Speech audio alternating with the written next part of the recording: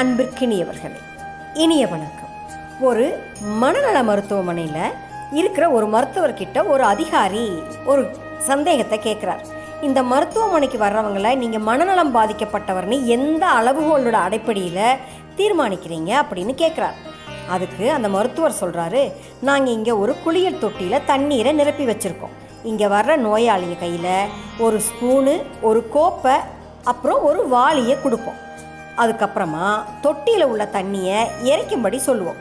அவர் எந்த முறையை பயன்படுத்தி குளியல் தொட்டியை காலி செய்கிறாருங்கிறத பொறுத்து அவருக்கு இந்த மருத்துவமனையில் பொருத்தமான ஒரு பிரிவில் கொண்டு போய் அவரை சேர்த்துருவோம் அப்படின்னு அந்த மருத்துவர் விளக்கம் கொடுக்குறார்.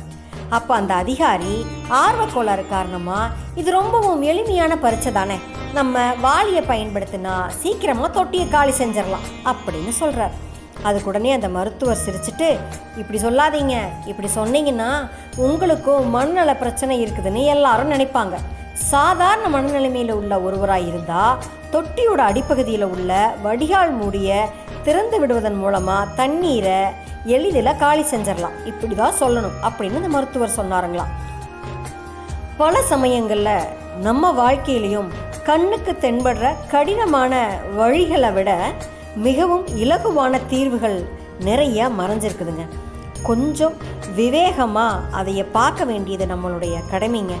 நீங்கள் இப்போ கொஞ்சம் யோசிச்சு சொல்லுங்களேன், நீங்களும் முதல்ல வாளியால் தண்ணீரை இறைக்கலான்னு தானே நினச்சிங்க? நமக்கு தெரியுங்க, நம்ம எல்லாருமே ஒரு வகையில் மனநலம் பாதிக்கப்பட்டவர்கள் தாங்க. சரிங்களா? நாளை சந்திப்போம் தோழமைகளே. மகிழ்வுடன் விஸ்டம் மெட்ரிக் மேல்நிலைப்பள்ளி, செய்யாற்றை வென்றான்.